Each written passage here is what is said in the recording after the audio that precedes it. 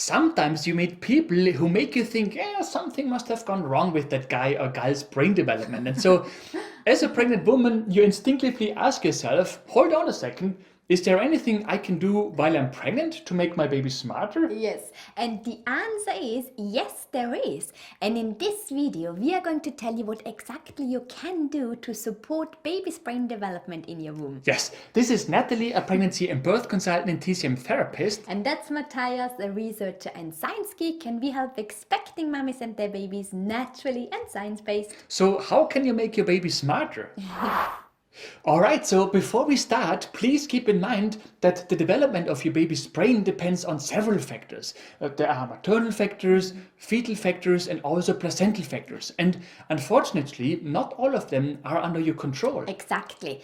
So for example, among others, your baby's brain development is influenced by genetics, which is a maternal factor. And let's face it, there is not really anything that you can do when it comes to your genes, right? Yes, but please don't get us wrong here. We're not saying that if you are dumb, your baby's gonna be dumb as well, right? That is by no means what we're trying to say here. Exactly. All we're trying to say is that there are factors that influence your baby's brain development which you may not be able to control, but there are things that you can do to support your baby's brain development in your womb. Exactly. So the first thing to do is to keep your thyroid levels in check. Only recently, scientists found that thyroid hormones of the mother are actively involved in the baby's brain development in the womb. And so if you suffer from a thyroid dysfunction or a disease such as Hashimoto, it could have an impact on the baby's brain development if untreated. Yes, and that's a great example of the impact of genetics that we mentioned earlier, right? Because if someone in your family has or had a thyroid dysfunction, you are at a higher risk of such dysfunctions as well, right? That said, it is not so much those known cases of thyroid dysfunctions or diseases that are concerning. The actual concern are milder cases, because then you may not even be aware that you suffer from it, and your doctor may not do anything about it. So that is why we're saying keep your thyroid levels in check. Exactly. And maintaining a good thyroid function actually brings us to the next thing to do to make your baby smarter. Take care of your nutrient supply. There are certain nutrients that are involved in baby's brain development. Iodine is a good example because it is known to control the thyroid function. And as we now know, thyroid hormones are involved in baby's brain development. Yes, there are also nutrients such as fatty acids, which a developing brain needs to produce energy. Moreover, there are nutrients that baby's body needs for the actual development of the brain, such as folic acids or vitamin D and other nutrients. But more about this in one of our other videos. But the key takeaway here is that if you want your baby to become smarter, then you have to make sure that your baby receives certain nutrients. Exactly. And since nutrients are being supplied to the baby through the blood flow from the placenta to the baby, another way to make your baby smarter is by exercising. Actually, exercising can potentially help with the baby's brain development in several ways.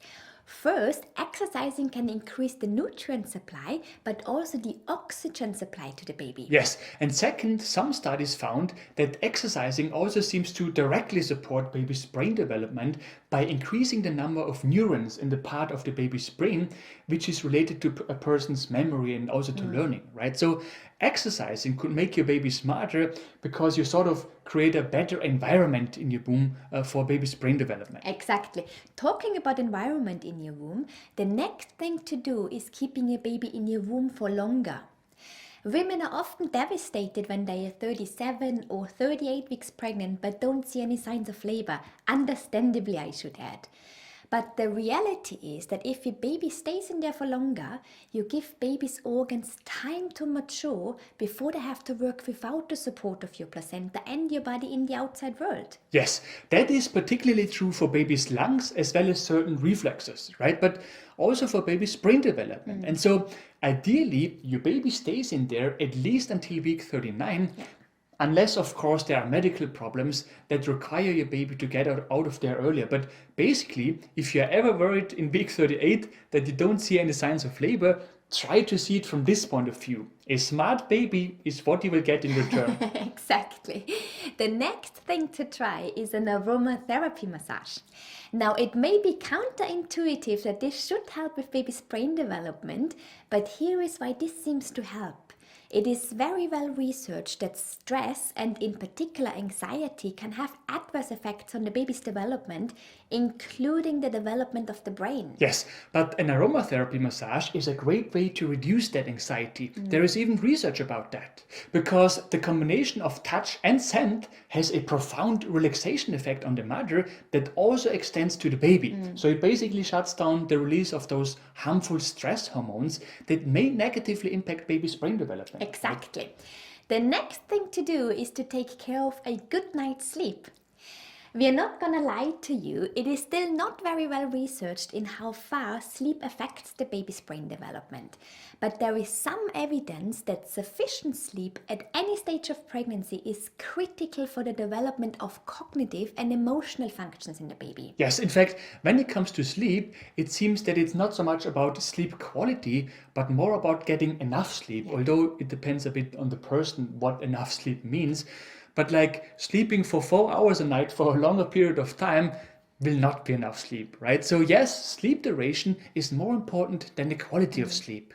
We also say this because the studies about the impact of the quality of your sleep on your baby's brain development are a bit wishy-washy, to be honest with you. And I mean, let's be honest, if it were true that the quality of sleep has an impact on baby's brain development, we would all be dumb, right? I mean, who is able to have a good night's sleep when your belly is basically a moving rock that keeps hitting you at night? Exactly, I remember those nights very well. Okay, the next thing to do is talking to your baby in your womb. Yes, most people only think about the IQ when talking about baby's brain development. However, there is also a social and emotional component to it. And researchers found that when you talk with your baby in your womb, you lay the foundation for their social and emotional development. It may even help boost language and memory skills later in their life. So do talk with your baby as often as you can. Exactly. And then finally, because parents keep asking us that, is it true that music helps with baby's brain development in the womb? Well, our personal opinion is that it's still unclear at this stage. The results of studies are very mixed, right? Some scientists claim that music can trigger happy chemicals that keep your baby calm and increase the concentration power. Right. But this is yet to be confirmed by other studies. Exactly. Personally, we believe that music can help indirectly with baby's brain development if it helps you relax.